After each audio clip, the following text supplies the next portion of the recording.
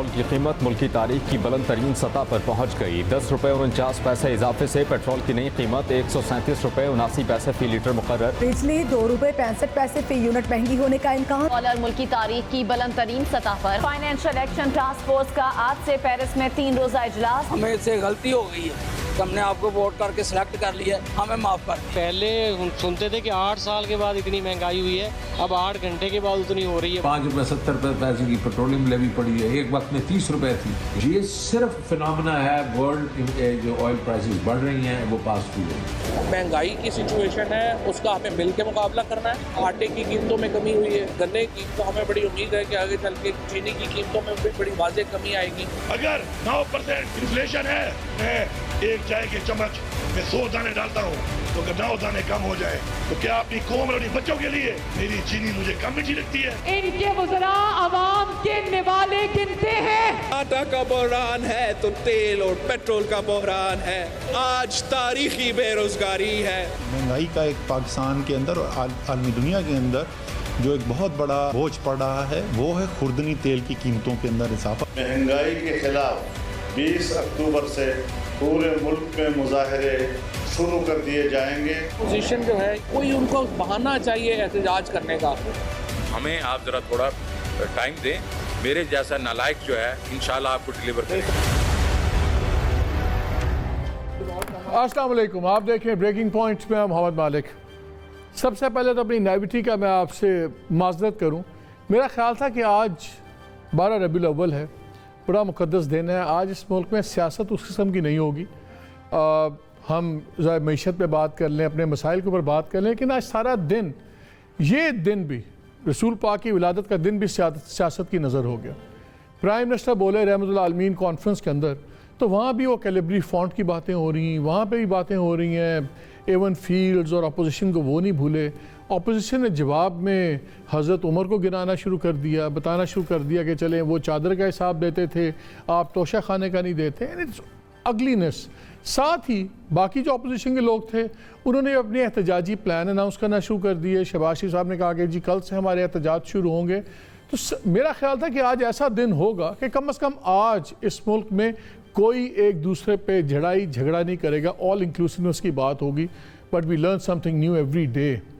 दूसरी तरफ पिछले एक हफ्ते के दौरान बड़ी इंटरेस्टिंग चीज़ चल रही है। आपको पता है 6 अक्टूबर से एक मसला चल रहा है, वो है DGISI की अपॉइंटमेंट का। कब फाइल आएगी, कब चलेगी, पता लगा जी कल फाइल चली गई है, अभी पता नहीं कब हो रहा है, नहीं हो रहा। अब एक नई बातचीत चल रही है कि क्या नया DGISI अपॉइंट होगा। अगर नया DGISI अपॉइंट हो गया और जो अनाउंस किए में जनरल नदीम वो नहीं होते, तो उसका क्या असर होगा जनरल बाजवा के अपने फ्यूचर पे। Should he continue in office इतनी बड़ी बात के बाद? खैर वो भी दूसरी बात है। लेकिन पहले कुछ दिन पहले प्राइम मिनिस्टर ने क्या बात की जनरलों को लेके, और आज आउट ऑफ द ब्लू एक बार फिर जनरलों की बात हो गई। जरा पहले आप क्लिप सुन लें। खालिद बिन वलीद शायद ही दुनिया की तारीख में इतना बड़ा कोई जनरल आया हो। वो कभी जंग ही नहीं हारे थे।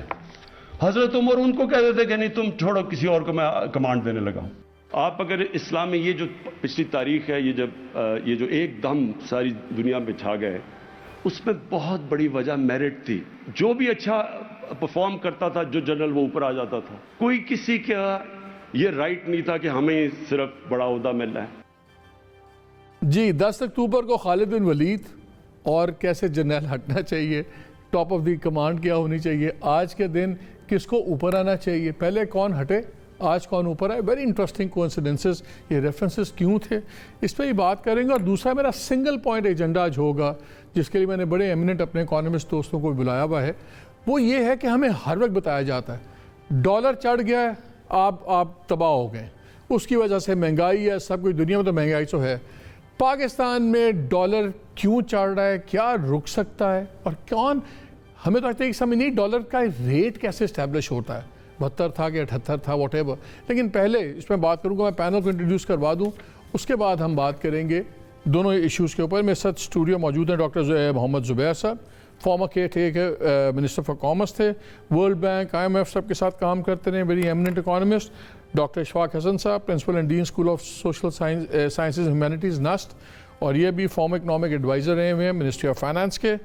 हमें major general retired Ejaz Awan साहब ने ज्वाइन किया हुआ है, सीनियर एनालिस्ट, और सवात वगैरह में बड़ा इन्होंने फील्ड कमांड की थी, बड़ा इन्होंने भी रोल प्ले किया हुआ है ये तमाम हालात ठीक करने में। एंड ड्यूरिंग द प्रोग्राम हम बाद में डॉक्टर हफीज़ पाशा साहब से बात करेंगे।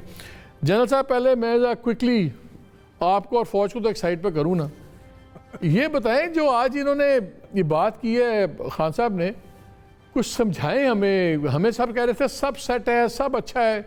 पहले प्राइम मिनिस्टर ने 2-3 दिन 4 दिन पहले 10 तारीख को कहा कि जर्नैल हट सकता है, जीता हुआ जर्नैल भी हट सकता है। आज उन्होंने कहा मेरिट पे ऊपर आएंगे, तो ये how do you see this? देखिए, मैं समझता हूँ पहली बात तो मालिक भाई, thank you for having me जो प्रोग्राम। बात ये है कि prime minister is rubbing it too hard, let me say it very frankly. किसी इश्यू को इस तरीके से आप जिस फोरम पे बात कर रहे हैं, आप उस टॉपिक पे बात करें, हर इशू को ड्रैग करके अब मेरिट को ले आना और फिर मेरिट से ये मेरिट आई फुली एंडोर्स कि जनरल हमेशा मेरिट पर ही लगने चाहिए, मेरिट पर ही प्रमोट होने चाहिए। But who would know the merit better? किसको बेहतर पता है कि मेरिट किसका बनता है? जिसने उस जनरल के साथ 34 बरस गुजारे हैं, जिस अदारे ने सेकंड लेफ्टिनेंट से 3 स्टार जनरल तक प्रमोट करने के लिए उनको 34 साल हर साल परखा है, उनके ऊपर 20 कोर्स रिपोर्ट लिखी गई हैं, 20 बोर्ड ने उनके ऊपर कमेंट किया है, डिफरेंट एक्सरसाइजेज में उनको एवेल्युएट किया गया है। वो अदारा मेरिट को बेहतर जानता है या प्राइम मिनिस्टर? ये प्राइम मिनिस्टर न सही, कल राजा परवेज अशरफ है, यूसुफ रजा गिलानी है, या एनीवन, या अब्बासी साहब हैं, would they know the generals better? या ये जनरल उनको बेहतर जानते होंगे? आर्मी चीफ जिस तरीके से उनकी ग्रूमिंग हुई, जिस तरीके से उन्होंने कॉम्पिट किया, जिस तरीके से उन्होंने courses, instructional appointment, training appointment hold की, तो मैं समझता हूँ मेरिट, यस, इस बात को आई फुली एंडोर्स कि प्रमोशंस मेरिट पे होने चाहिए, एलिवेशन मेरिट पे होना चाहिए, अपॉइंटमेंट मेरिट पे होनी चाहिए। लेकिन प्राइम मिनिस्टर का इस इशू को रब करना, frankly speaking, I don't like it. कि रबीउल अव्वल की कॉन्फ्रेंस है, आप रहमतुल्लिल आलमीन के एक गैदरिंग से खिताब कर रहे हैं, वहां आप बिल्कुल आपने दुरुस्त कहा कि आप हुजूर अकरम सल्लल्लाहु अलैहि वसल्लम की जो तमाम मज़ाहिब के लिए टॉलरेंस थी, जो इंक्लूसिवनेस थी उनकी सोच में, जो उनकी टॉलरेंस थी, जो उनकी रवादारी थी, जो उनका इंसाफ था, उसकी बात करें। और मिलिट्री को बीच में ले आना मेरे ख्याल में is rubbing it too hard, और इसकी शायद जरूरत नहीं थी। और लास्ट आर्गुमेंट जो मैं देना चाहता हूं, फिर उनको शायद बुरा भी लगेगा कि जिस दिन जनरल कमर जावेद बाजवा को उन्होंने एक्सटेंशन दी थी, क्या उस दिन उन्होंने ये देख लिया था कि इस पाकिस्तान आर्मी में चीफ बनने के काबिल कोई भी नहीं है, मेरिट खत्म है? या वाहिद मेरिट यही है कि इन्हीं चीफ को 3 साल और दे दिए जाएं? अच्छा, ये मुझे एक चीज़ बताएं, ये जो बार बार और वो एग्जांपल देते हैं उस ज़माने की, उस ज़माने में तो कोई बोर्ड नहीं होते थे, उस ज़माने में तो एनुअल रिव्यू नहीं होते थे, उस ज़माने में तो जर्नैल बनता था, कौन सा बंदा दिलेर है, किसका कबीला बड़ा है, किसका क्या है। ये तो टोटली एक डिफरेंट मैट्रिक्स है। क्या आज की प्रमोशन की मैट्रिक्स उस ज़माने की मैट्रिक्स पे फिट बैठती है? नहीं, दे आर एंटायरली डिफरेंट। उस वक्त शेवलरी, उस वक्त ट्राइबल हेड होना, ट्राइब से फाइटर्स लेके आना, अपने घोड़े अपनी तलवारें लेके आना और अपने ट्राइब को अपने साथ लेके आना, वो लोग जो होते थे, वो जो उस वक्त कैंपेन एक बात होती थी, बैटल्स और बात होती। तो उन बैटल्स को लीड किया करते थे वो लोग जो अपने ट्राइब के साथ, और फिर रिलीजियस मोटिवेशन देखी जाती थी कि कौन शख्स दीन के लिए सबसे बड़ी कुर्बानी देने के लिए तैयार है, क्योंकि उस वक्त मुकाबला कुफार से होता था। तो अब ये कहना, उस वक्त ना कोई कोर्सेज थे, ना क्वालिफिकेशन थी, ना एनुअल एवेल्युएशन थी, ना 34 बरस का मिलिट्री करियर हुआ करता था, ये तमाम चीजें तो उस वक्त नहीं थी। अब तो मैंने जैसे पहले कहा कि सेकंड लेफ्टिनेंट जब पाकिस्तान मिलिट्री एकेडमी से निकलता है, उसको लेफ्टिनेंट जनरल के रैंक तक प्रमोशन के लिए 32 से 34 बरस लग जाते हैं। उन 32 बरस में एक अदारा उनको वहां से एवेल्युएट करना शुरू करता है और देखते देखते उन्हें 3 स्टार जनरल तक लेके आता है। फिर उस अदारे की बात मान लें, क्योंकि मेरिट को वो बेहतर समझते हैं, ऑप्टिमम यूटिलाइजेशन ऑफ पोटेंशियल को वो समझते हैं, फिर उनकी बात मान लें। लेकिन उधर भी नहीं माननी। एक तरफ सिविल सुप्रीमेसी का हम इशू ले आते हैं, एक तरफ कॉन्स्टिट्यूशनल सुप्रीमेसी का इशू ले आते हैं, एक तरफ हम बात करते हैं मेरिट की। तो मेरे ख्याल में अगर मेरिट आप ये कह रहे हैं कि जिस तरह फौज को सिविलियन अपॉइंटमेंट्स में नहीं बोलना चाहिए, इसी तरह सिविलियंस को टेक्निकल ज़रा इन प्रोफेशनल अपॉइंटमेंट्स में भी ज़रा हाथ अपना साइड पर रखना चाहिए, क्योंकि उनको बेहतर उतना नहीं पता होगा। Certainly they are technocrats ना, वो अपने फील्ड। अच्छा, लास्ट क्वेश्चन जनरल साहब ऑन दिस सब्जेक्ट, फिर मैंने अपनी इकोनॉमी की तरफ जाना है। लास्ट सब्जेक्ट, बहुत ज़्यादा एक पब्लिक इस पर डिबेट हो गई। एक जाने वाला आर्मी DGISI की कंट्रोवर्सी तो मुझे समझ आती है, उन्हें 10 चीज़ें की होती हैं जो कंट्रोवर्शियल होती हैं या नहीं होती। आने वाले को कंट्रोवर्शियल बना देना ज़रा ज़्यादती हो जाती है।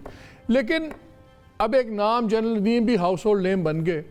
अगर for example prime minister change करते हैं, पहले जो अनाउंस्ड DGISI हैं वो नहीं बनाते, दूसरे को बनाते हैं, तो इस पर क्या इंस्टीट्यूशन पे कोई इसका नेगेटिव इम्पैक्ट आएगा या इम्पैक्ट एक किसी इंडिविजुअल की ज़ात तक रहेगा कि इंस्टीट्यूशन इस पे थोड़ा सा एक बैड टेस्ट आ जाता है? How does it feel? देखिए, बैड टेस्ट तो ऑनेस्टली स्पीकिंग आ चुका है, क्योंकि जब आपने एक इशू को जो एक मुलाकात में एक सिटिंग में डिसाइड हो सकता था, जब आप उसको 15 दिन ड्रैग करके ले जाते हैं और हर चैनल की ये इशू एक जीनत बना हुआ है कि उस पर हमने 10 मिनट जरूर बहस करनी है।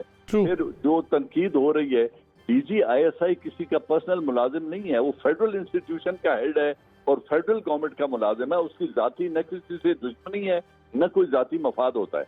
उन्होंने एक ड्यूटी परफॉर्म की on the directions of prime minister and army chief, उसको वजह तनकीद बनाना और ये कि जो उनके 10 काम अच्छे हैं और 10 काम बुरे हैं, वेल मैं I don't by this idea.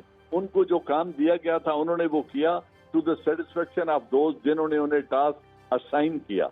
अब ये तो हो गई उनकी परफॉर्मेंस। अब नए जिसको डोमिनेट करना है, मैं आई एम स्ट्रांगली कन्विंस्ड कि आर्मी चीफ मेरिट को बेहतर समझता है, वेल कॉन्स्टिट्यूशनल हेड या privilege of prerogative prime minister का है।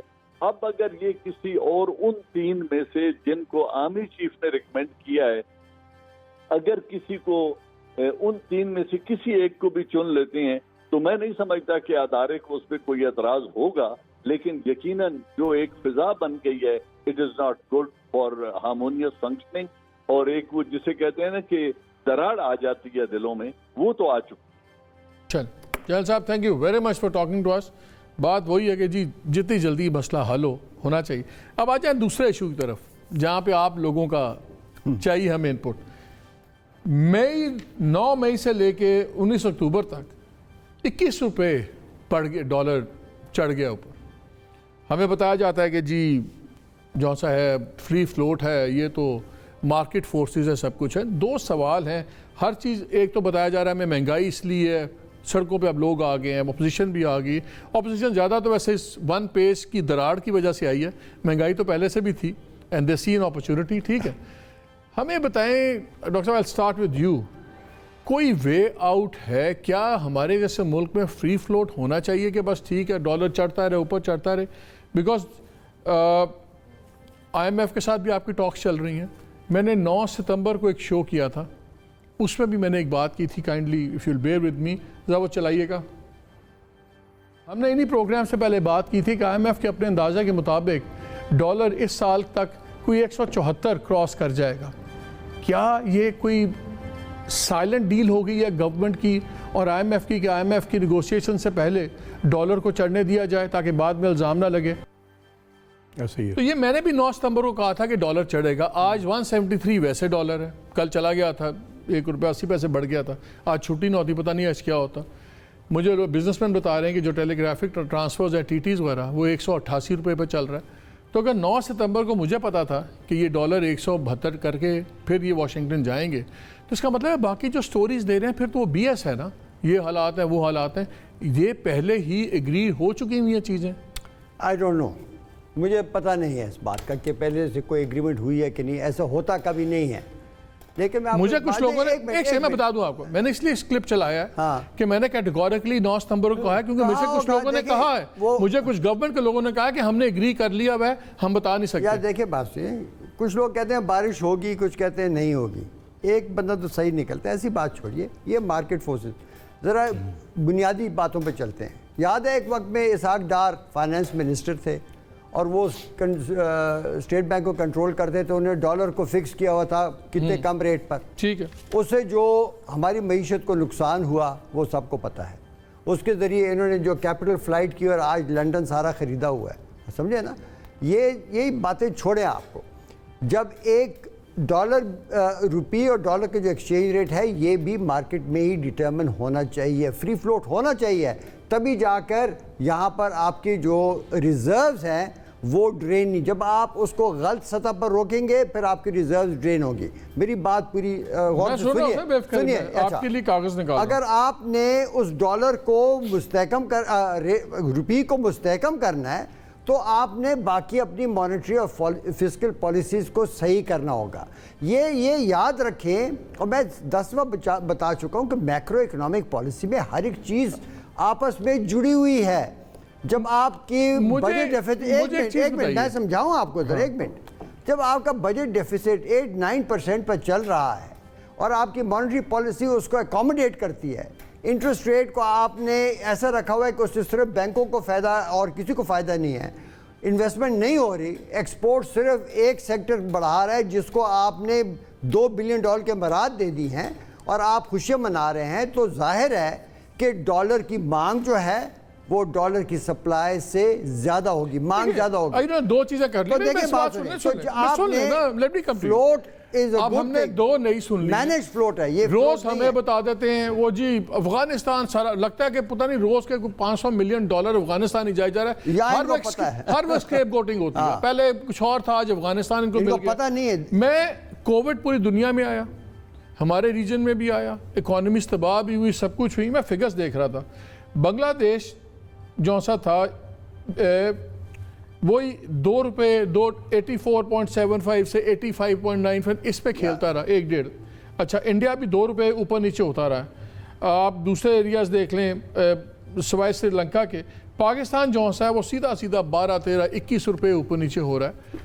यहाँ की ये जो जब आप देखते हैं वहाँ पे भी हालात है एडवर्स थी, वहाँ के भी इन्फ्लेशन बढ़ी है, वहाँ पे भी दुनिया की बैनुल-अक़वामी कीमतें सिर्फ हमारे लिए तो नहीं बढ़ी ना, सबके लिए बढ़ी। These comparisons are not very relevant in economics. देखिए बात सुन, मैं आपको समझाऊँ, एक मिनट। मैं आपको ये समझाने की कोशिश कर रहा हूँ कि आपका एक्सचेंज रेट को डिफेंड करना मार्केट में नहीं होता, आपकी जो इक़्तिसादी कुव्वत है वो करती है। जब आपकी इकोनॉमी कोलैप्स कर रही है अंदर से, सिर्फ इस वक्त ये क्या वामिल होते हैं, किन चीज़ों पे एक्सचेंज रेट स्टेप, जब अगर मैं बता रहा हूँ मसलन IMF वाला आता है मेरे पास, जिसका मैंने ये प्रोग्राम में कहा, उन्होंने कहा जी ₹172 होगा। नहीं वो क्यों, कहाँ से आया है? उनके पास कोई भी इस किस्म का इल्म नहीं है जिससे वो कोई रेट की हद बताए। कुछ तो हो गया ना, आज हम बात कर रहे हैं, मैंने आज से 9 सितंबर को कहा, अगर आगे आज हम 19 अक्टूबर को बैठे हुए और वही रेट हुआ है। नहीं देखिए बात सुने, अगर आप लोग इस तरह की बात करेंगे तो मे भी मार्केट के प्लेयर जो नहीं सर, हमें खुदा का वास्ता है, हमारे कहने से डॉलर ऊपर नीचे नहीं होता। नहीं, एक मिनट, आप बात को समझने की कोशिश नहीं कर रहे। यहाँ पर आपकी जो मईशत है इसमें जो मेन ड्राइविंग फोर्स है ना डॉलर की मांग के लिए, वो ये है कि यहाँ की डोमेस्टिक एक्सपेंडिचर बहुत ज़्यादा हैं, इतनी ज़्यादा इंपोर्ट्स की डिमांड है, तो उसके लिए जाहिर है डॉलर की डिमांड होगी, एक्सचेंज रेट बढ़ेगा। अगर आप एक्सचेंज रेट को नहीं बढ़ाते तो आपने उसके लिए फिर ये करना होगा स्टेट बैंक को कि हर रोज़ मंडी में अपने रिजर्व्स में से डॉलर निकाल कर उसमें डंप करने होंगे, रिजर्व्स नीचे आने शुरू हो जाते हैं। ये काम इस तरीके से चलता है। मैं ये उसको डिफेंड नहीं कर रहा, मेरे ख्याल में तो ये जो डॉलर का जो चढ़ना है ये मईशत की कमज़ोरी की निशानी है। इसको बिल्कुल नहीं आपके फाइनेंस मिनिस्टर समझते हैं, और ये जो बातें कर रहे हैं कि इनकी ना ही बैकग्राउंड है इकोनॉमिक्स में, ना मैक्रो इकोनॉमिक्स की रिलेशनशिप्स को समझते हैं। जो बजट का जो हमारा खसारा है ये इस मुल्क को डुबो रहा है, जब तक आपने इसको कंट्रोल में नहीं लाया ये कभी भी ये चीज़ नहीं बढ़ेगी। आज 172 है, साल के बाद 200 से ऊपर शायद चला जाए। मैं आपको बता रहा हूँ कि इस वक्त जो हमारे मैक्रो इकोनॉमिक इम्बैलेंसेस हैं उसको आपने एड्रेस करना है। आपने एक्सपोर्ट्स को इस तरीके से बढ़ाना है कि वो किसी ठोस। ठीक है डॉक्टर शाह, मुझे एक चीज़ बताएं, पहले मैं एक साइड पे एक इशू करना चाह रहा हूँ। मेरे से बड़े दोस्तों ने सवाल पूछा, इसलिए मैं उसको कहता हूँ कि और हम टर्म सुनते हैं रियल इफेक्टिव एक्सचेंज रेट क्या है? मुझे ये तो समझ आती है जो डॉक्टर साहब कह रहे हैं डिमांड बढ़ेगी तो जाहिर है अगर डॉलर कम होगा तो उसका रेट बढ़ जाएगा। मैं वो इंट्रिंसिक वैल्यू की बात करते हुए कहते हैं ना, अच्छा यार आपका डॉलर रेट होना ये चाहिए। आजकल चले डिमांड बढ़ गई है तो $2 ऐड हो गया, लेकिन लेट से 172 का आपका डॉलर होना चाहिए। ये फिगर जो है, ये फिगर किस तरह तय करता है? आईएमएफ या हमारा स्टेट बैंक जो है वो कैसे तय करता है? अगर कोई तो स्टार्टिंग पॉइंट होगा ना, ठीक, चाहे मैनेज फ्लोट हो, चाहे पहले तो मैं आपका जो आपने शुरू में कहा था ना 172, ये जनवरी फरवरी 2019 का memorandum of economic and financial policies जो डॉक्यूमेंट होता है उसको देखें, उसमें यही लिखा हुआ है कि इस पीरियड में 172 होगा। ठीक है ना? जब ये जा रहे थे वहाँ पर, ये चल रहा था ना निगोसिएशन, पहले टेक्निकल टीम आई, इससे पहले भी उनके रेजिडेंट रेप के ज़रिए से मैसेज आया कि भाई जो चीज़ें लिखी हुई हैं वो करके आए पाकिस्तान यहाँ पर अगर आना है। तो वो धड़ाधड़ बड़ी तेज़ी से, इसीलिए 152 से बिजली बढ़ा रहे हैं, आज भी 2 रुपये और यूनिट मैं वही तो बताना चाह रहा हूँ। तो उनको ये कहा गया था कि 172 आप जो लिखा हुआ है वो करके आए, इतनी बिजली की कीमत बढ़ा के आए, इतने गैस की कीमत पे बढ़ा के आए, और ये टैक्सेशन के मेजर जो है 525 बिलियन ये आपने लेने हैं। अगर ये तो कुछ प्रायर एक्शन थे जिसमें एक्सचेंज रेट था, बिजली की कीमत बढ़ाना तो सब है। मुझे पहले ये समझाएं, ये करके गए ना वहाँ से आता है चले कि 172 है, 174 है, ये फिगर मैं वही बताना चाहता हूँ। दोनों आपने भी कहा कि नहीं, मैं आपको बता रहा हूँ मैंने डील किया है। बिल्कुल, जुबैर तो उधर से होता था, हम तो वहाँ बैठे थे। नहीं आप उधर से होते थे ना। बैठकर क्या नहीं 2 मीटिंग की बात नहीं कर रहे, 11 साल की बात कर रहा हूँ यार, 2 मीटिंग की तो बात नहीं कर रहा हूँ। आप देखें कि 2008 में जब गवर्नमेंट चेंज हुई। सर एक सेकंड, मैं इंटरवीन कर रहा हूँ, उनकी तबीयत ठीक नहीं है, शायद डॉक्टर हफीज पाशा भी मेरे साथ हैं। अच्छा, वैसे उनको 10 मिनट के लिए ले लें। बिल्कुल जी अस्सलाम वालेकुम डॉक्टर साहब। जी अस्सलाम वालेकुम sir, I hope you are feeling better. Doctor साहब वेरी क्विकली, सिर्फ आपसे not too well but please go ahead. नहीं जी नहीं, मैं बिल्कुल आपसे 5-7 मिनट आपको जो जहमत दूंगा। 2-3 बातें सिर्फ हमें बता दें कि ये बात हो रही थी कि जो डॉलर का एक्सचेंज रेट है, डॉलर जिस तरह चढ़ रहा है सब कुछ, एक तो आप भी इस तरह रोशनी डाल दें, ये डॉलर का एक्सचेंज रेट एस्टैब्लिश कैसे होता है कि आईएमएफ ने कहा 172 होना चाहिए, 174 होना चाहिए, स्टेट बैंक कह रहा है नहीं हमारा 180 होना चाहिए। पिछली गवर्नमेंट पे इल्ज़ाम लगता था कि जी इन्होंने 85 रुपये पे रोका हुआ था, इतने बिलियन डॉलर खर्च दिए। कोई तरीका क्या है जिससे ये डॉलर पैरिटी हमारी, हम कहें कि ये सही फॉर्मूला है? बिस्मिल्लाहिर्रहमानिर्रहीम। देखिए बात यह है कि जिस तरह आपने जिक्र किया रियल इफेक्टिव एक्सचेंज रेट का, इसका जो हमने देखा है कि पिछली हुकूमत के ज़माने में ये 107-110 तक पहुंच चुका था, यानी कि हमारी करेंसी 7 से 10% ओवर वैल्यूड थी। और किस लिहाज से ओवर वैल्यूड थी कि हमारे यहाँ और दुनिया में जो अफरात ज़र में जो फ़र्क है वो ये बताता है, जहाँ ज़्यादा अफरात ज़र होगा वहाँ रुपए की कदर या करेंसी की कदर में कमी आती है। अब इस वक्त पोजीशन ये हो गई है कि अभी तक जो उन्होंने फिगर दिया है वो अगस्त तक का दिया है सिर्फ, मगर हमने जो कैलकुलेशन की है हमारा अंदाज़ा ये है कि रुपए की कदर 5% रुपए अंडर वैल्यू हो गया है, यानी कि हद से ज़्यादा गिरावट आ गई है 5% की with regard to the real effective exchange rate. But ये भी साथ कह दूं कि real effective exchange rate may not necessarily always be the best indicator. अच्छा, आपने आपका मैं आर्टिकल पढ़ा था जिसमें आपने कोट किया हुआ है वर्ल्ड इकोनॉमिक आउटलुक को, उसके अंदर आपने 2-3 बड़ी अलार्मिंग चीज़ें बताई जिसके मुताबिक तो आने वाले दिन बहुत ही सख्त होंगे। आपने कहा कि जी जो सा करंट अकाउंट डेफिसिट है नाज़रीन, जो तजारत का हमारा खसारा होता है, वो आईएमएफ चाह रही है कि सिर्फ 3.1 हो जीडीपी का, कि 9 बिलियन के करीब, जबकि हमारा एवरेज वो बन जाता है $750 मिलियन महीने का। जो हमारा अभी एवरेज आ गया है वो $1180 मिलियन तो इस वक्त चल रहा है पहले 2-3 महीनों में। तो उसमें आप लिखते हैं कि इसका मतलब है कि अगले 10 माह में इसको 782 मिलियन आपने कॉन्ट्रैक्ट करना है, यानी कि 34% आपने कॉन्ट्रैक्शन करवानी है। और ये तभी होगा कि अगर बहुत ज़्यादा डिवैल्यू हो रुपया और इंटरेस्ट रेट बढ़ाया जाए और दूसरी मेजर्स की जाएं जो इंपोर्ट को और भी टाइट करें। और आईएमएफ मांग रही है कम से कम कोई 2.2.5% इंटरेस्ट रेट में इंक्रीज़ और डिवैल्यूएशन कम से कम 15% और। अगर ये वाशिंगटन में बैठे हुए हैं, अगर हमारा इंटरेस्ट रेट इस वक्त 7.5 से 2.5% और जाता है, अगर हमारा पैसा और डिवैल्यू होता है, हमारी 60-65% इंपोर्ट जितनी होती है वो हमारी इंडस्ट्रियल इनपुट के अंदर जाती है, वो हमारी महंगी हो जाएगी। फिर ये जब सारा कुछ होगा, फिर बिजली महंगी होगी, बिजली महंगी होगी तो कारोबार तबाह होंगे, कारोबार तबाह होंगे, टैक्सेशन कम इकट्ठी होगी, फिर ये नए टैक्सेस और लगाएंगे। ये तो एक साइकिल ऑफ डिजास्टर बन जाएगी। अगर इस तरह बुक बैलेंसिंग हुई तो फिर क्या इकॉनमी बहुत बुरे साइकिल में दाखिल हो रही है? डॉक्टर साहब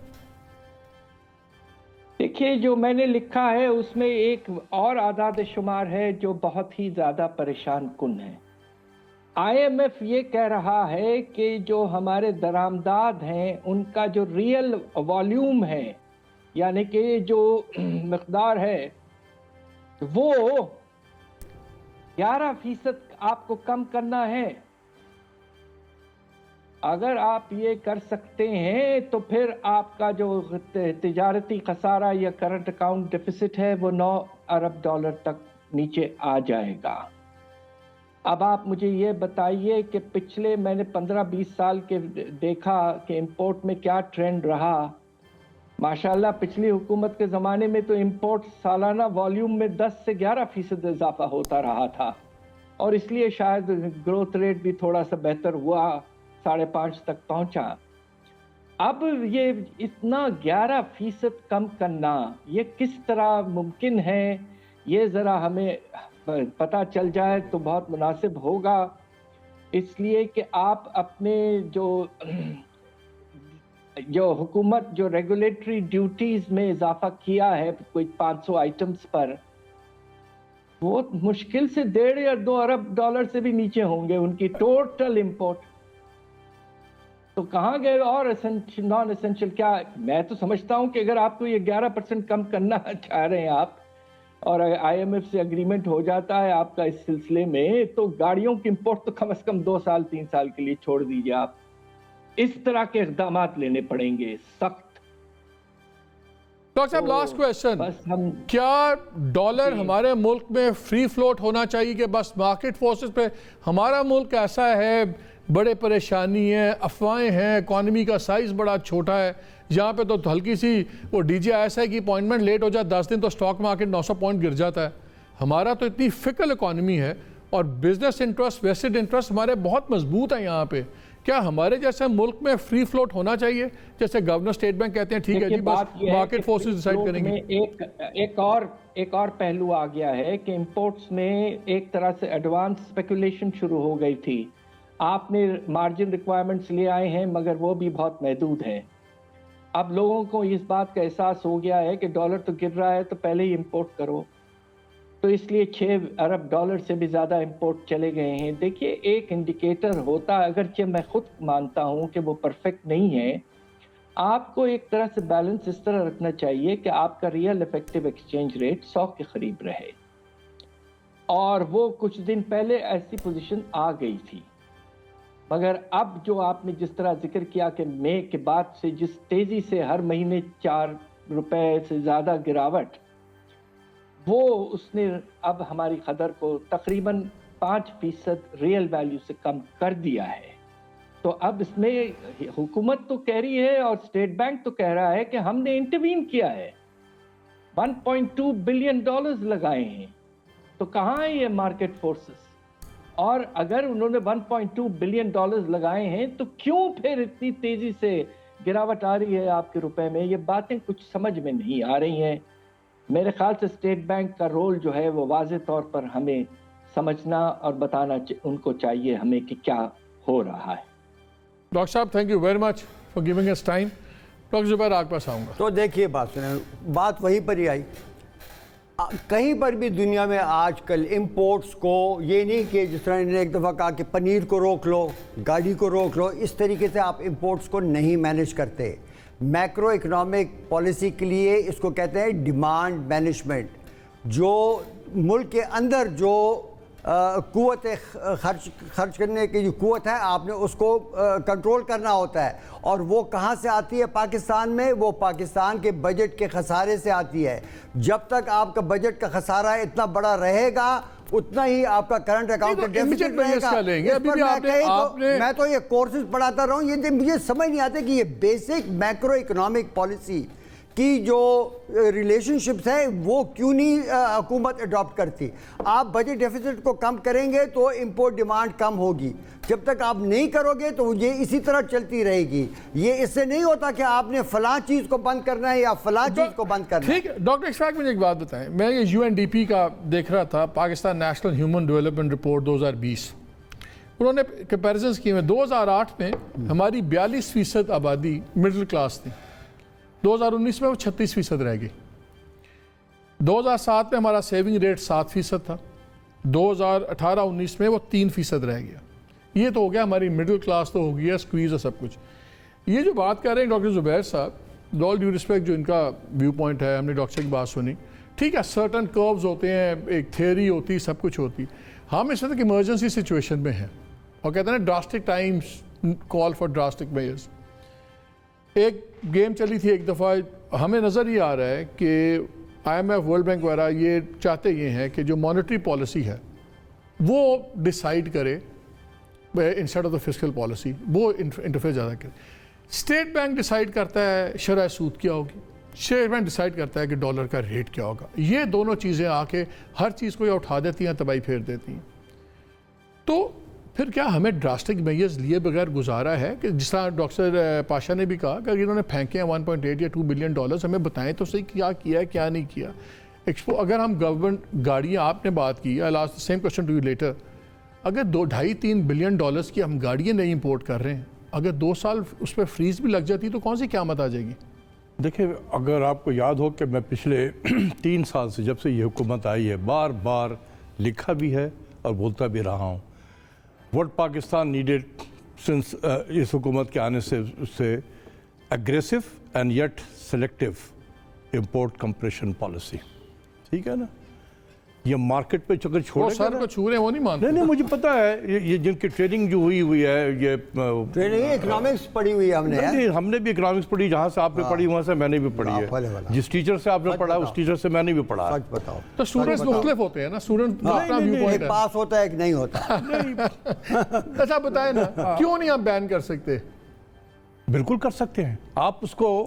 यही तो मैं कह रहा हूँ कि यार 165% जो है आपके गाड़ियों के इंपोर्ट बढ़ गए हैं 2 महीने में, विच इज ओवर 600। किस तरह बढ़ गए, मैं समझाएं। जब आप रिस्ट्रिक्शन करोगे तो डिस्पोजेबल इनकम तबाह हुई, लोगों की कम हो गई है, लोगों की इनकम्स कम हो गई हैं, कारोबार तबाह हो रहे हैं, ज़्यादा लोग नौकरियों से निकल रहे हैं, गाड़ियाँ क्यों बिक रही हैं ज़्यादा? कुछ तो क्लास ऐसा है जिसके पास पैसे हैं ना। वैसे आप तो लग्जरी व्हीकल्स ही रहे हैं सारे। नहीं, आप देख रहे हैं मनी फिल्टर्स डाउन। देखिए इकोनॉमिक्स इस तरह होती है, जब इतना ज्यादा हुकूमत खर्चती है। नहीं, मैं भी आपके पास आता हूं। नहीं, अगर मनी वाज फिल्टरिंग डाउन तो आपका अनएम्प्लॉयमेंट रेट ना बढ़ रहा, आपके बिजनेसेस श्रिंक ना हो रहे। मेरे पास नहीं आ रहे, वो खास तबकों के पास जा रहे हैं। आप वो देखिए, आपकी मिडिल क्लास श्रिंक हो रही है, एसएमईज आपके बंद हो रहे हैं। देखिए मैं बात सुन, तो ये अपर क्लास के पास जा रहे हैं ना। एसएमई कहां से अपर क्लास आ गई? यार मेरी बात सुनिए, मैं बताऊं आपको, ये मैं भी आता हूं, let me I come to that very quickly. SMEs shrink कर रहे हैं, अनएम्प्लॉयमेंट बढ़ रही है, और हमें इलाज बताया जाता है। वो गंडापुर साहब कहते हैं आप चीनी में 9 दाने कम डाल लें। जो वो हैं फवाद चौधरी साहब, वो कहते हैं कि जी प्राइवेट सेक्टर जो है अपनी तनख्वाहें बढ़ा दें मुलाजमीन की। प्राइवेट सेक्टर तनख्वाहें काट रहा है, प्राइवेट सेक्टर का तबाह हो गया, बिजली आपने मल्टीप्लाई कर दी है, इंटरेस्ट रेट आप बढ़ा रहे हैं, आपका डॉलर आपने महंगा कर दिया है, प्राइवेट सेक्टर तो बड़ी मुश्किल से पानी के ऊपर तैर रहा है। वो कैसे बढ़ाएगा? गवर्नमेंट जो इज़ अंडर प्रेशर, उनके वज़रा भी अंडर प्रेशर हैं, तो उनके इस किस्म की बातों का हमें इतना तवज्जो नहीं देना चाहिए। जब वो प्रेस के सामने खड़े हो जाते हैं, उनको पता है कि मैंने डिफेंड तो नहीं कर सकना होता है, तो इसी किस्म की बातें बोलना है, तो वो सियासी बातें हैं, सियासी लोग करते रहेंगे। इस वक्त जो है ना हमें, जैसे मैं शुरू से कहता रहा हूँ, aggressive and yet selective import compression policy. आज हम जो है यहाँ पर ये दिन नहीं देख रहे होते। अगर हम वो कर रहे होते तो आज ये दिन देख, इतनी इमरजेंसी सिचुएशन में हम नहीं पहुँच रहे होते। अब हम इकोनॉमिस्ट है ना, अभी डॉक्टर साहब से बात हुई, मैंने ब्रेक लेनी, मैं एक सवाल छोड़े जा रहा हूँ। उनके ख्याल में 100 रुपये है रियल एक्सचेंज रेट, रुपये 100% पे होना चाहिए ना। नहीं, आपके ख्याल में डॉलर की क्या वैल्यू है, हमारी रुपए की क्या बनती है? अगर वही रियल इफेक्टिव एक्सचेंज रेट ले लें तो ये तकरीबन मेरे जहाँ तक ख्याल है कि 160 के करीब था, जो ये बिल्कुल 100 इंडेक्स जो था वो 100 पे था। आज ये और नीचे की तरफ चला गया है, यानी हमारी करेंसी अंडर वैल्यू हो गई है। हम रोते क्या होनी चाहिए आपके ख्याल में, हमारी वैल्यू क्या बनती है हमारी करेंसी? 160 के करीब था। आपके ख्याल में क्या बनती है वैल्यू? यार मेरे पास तो वो इल्म नहीं है 40 साल इकोनॉमिक्स पढ़ने के बाद कि मैं आपको बताऊं कि आज कौन सा एक्सचेंज रेट होना चाहिए। देखिए बात सुनो, मैं ये कहता हूं कि आपने एक्सचेंज रेट को अगर मुस्तहकम करना है ताकि न इम्पोर्टर न एक्सपोर्टर के ऊपर मुश्किलात हो, जिस तरह के बता रहे थे कि इम्पोर्टर्स इस तरह स्पेकुलेट करना शुरू कर देते हैं, एक्सपोर्टर जो है वो पैसा मुल्क में वापस नहीं लाता, वो कहता है मुझे बाद में आए ताकि मुझे एक्सचेंज रेट बेहतर मिले।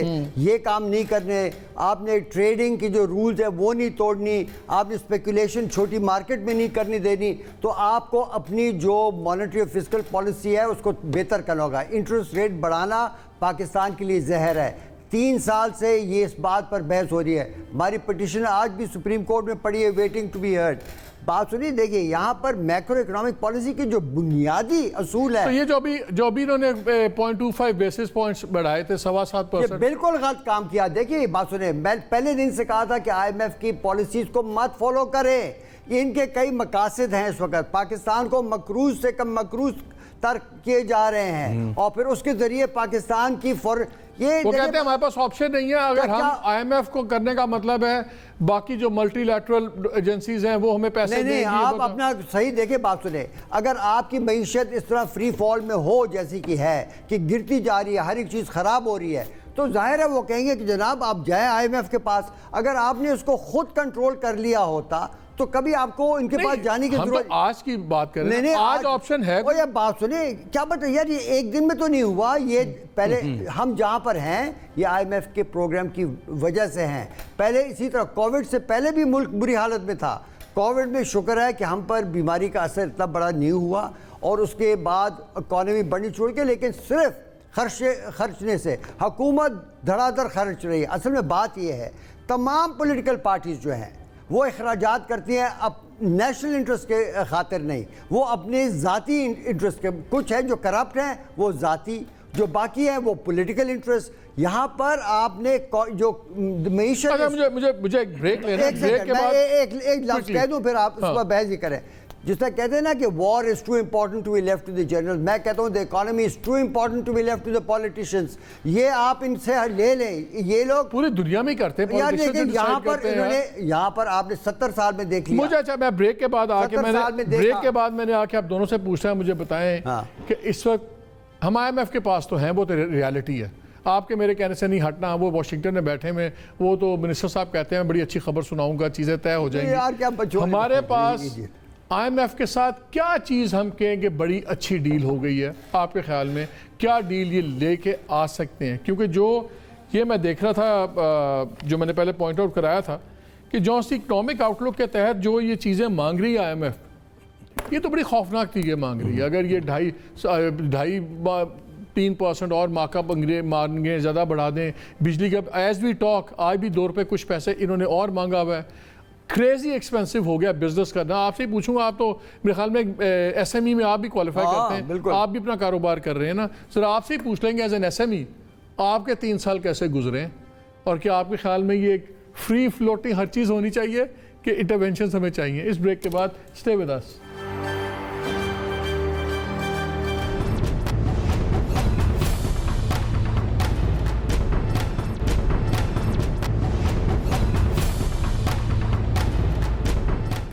जी, ब्रेक से पहले डॉक्टर इशफाक में छोड़ के गया था सवाल आपसे। अब हमारे पास बेस्ट डील क्या है? हम वो कहते हैं ना, बेगर्स कांट बी चूजर्स। हम हैं IMF के पास। आप मुझे पता है स्टडी भी करवा रहे हैं कि किस तरह डी इंडस्ट्रियलाइजेशन पाकिस्तान की 80s से शुरू हुई हुई है जब से हम IMF के पास गए हैं। पूरी दुनिया में हमने तबाही देखी है, बट अब हम हैं, हमने खुद दस्तक दे के घुस गए हुए हैं, बैठे हुए हैं। हमारे लिए बेस्ट डील क्या है और किस तरह हम लेंगे वो? देखिए, बात यह है कि IMF का प्रोग्राम हमेशा उसके पीछे पॉलिटिक्स होती है।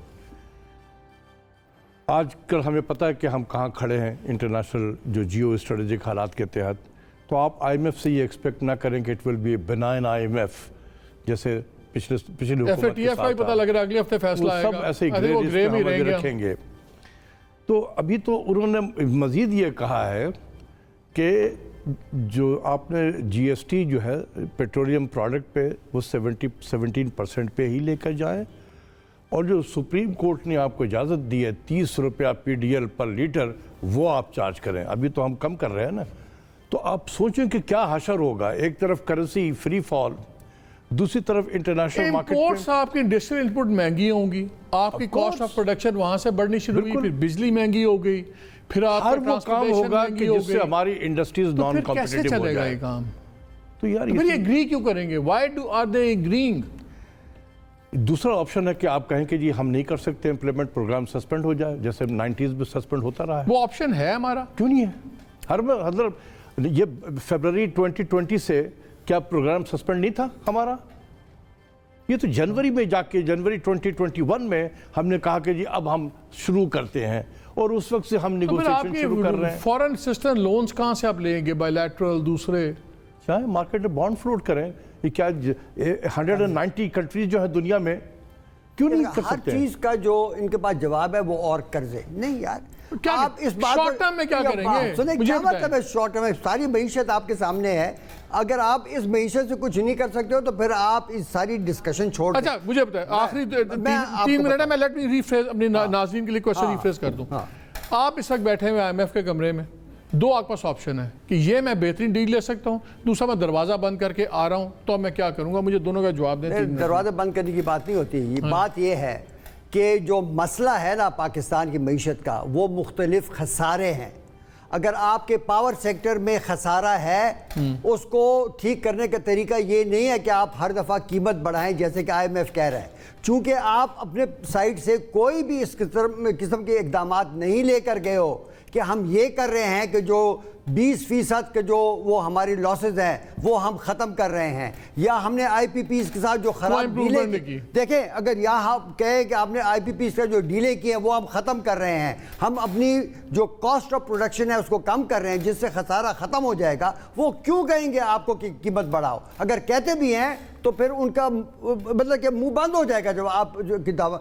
मैं कह रहा हूँ आपकी टीम इतनी कमज़ोर है, आपकी जो लीडरशिप है वो ऐसी कॉम्प्रोमाइज्ड है, ये सारी बात ये अभी है। आपने इस गवर्नमेंट ने अभी IPP के साथ डील किया, एक एडवाइजर साहब थे, वो भी बिलियंस कमा गए, एक दूसरे एडवाइजर बैठे हुए हैं, उनकी बिलियंस कमा ली, और जो IPPs के अपने लोग थे, रज़ाक दाऊद साहब की कंपनी, हाँ वही उसी में बैठे हुए हैं। ये मैं कह रहा हूँ ना, यहाँ कॉन्फ्लिक्ट ऑफ इंटरेस्ट की वजह से मुल्क डूब रहा है। आप लोग डॉलर की कीमत पर जा रहे हो, पहले ये चीजें ठीक करो, डॉलर खुद ब खुद ठीक नीचे आ जाएगा।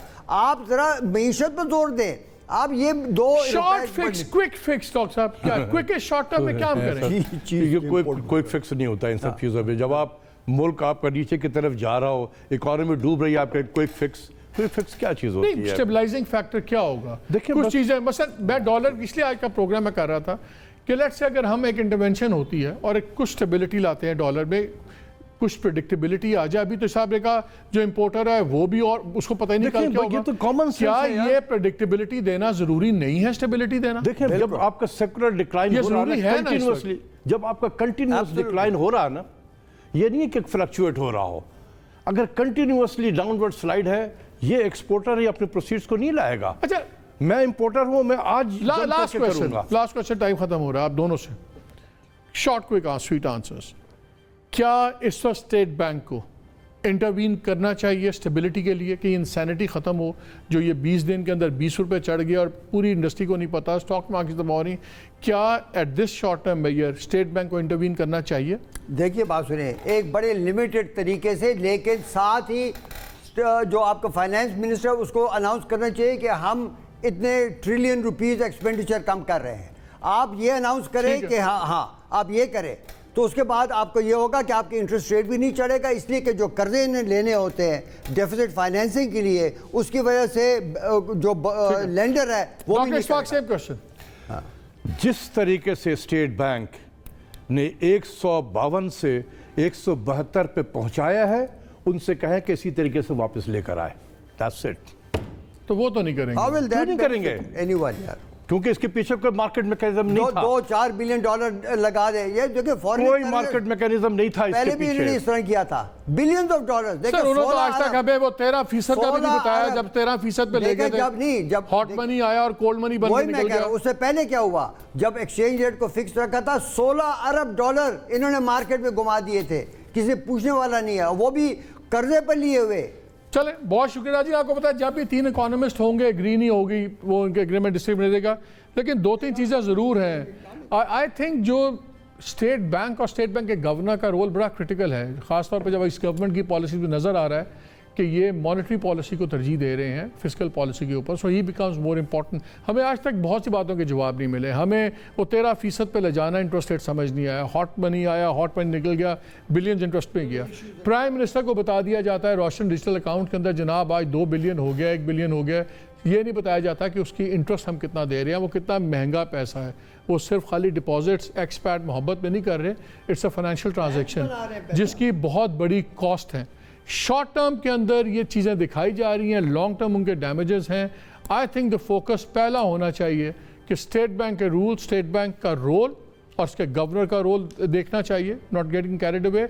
और साथ ही जैसे डॉक्टर जुबैर ने भी कहा, एट द सेम टाइम जो हमारे गैप्स हैं, जो हमारे फ्लॉज हैं, बिजली के बिल चढ़ाते रहो, लाइन लॉसेस ख़त्म ना करो, IPVs के साथ आप उनको बेनिफिट करते जा रहे हैं, क्योंकि उनके वुज़रा, आपके वुज़रा उनकी डायरेक्ट बेनिफिशरीज हैं, दे आर मेकिंग श्योर के पॉलिसी मेकिंग में क्या हो रहा है।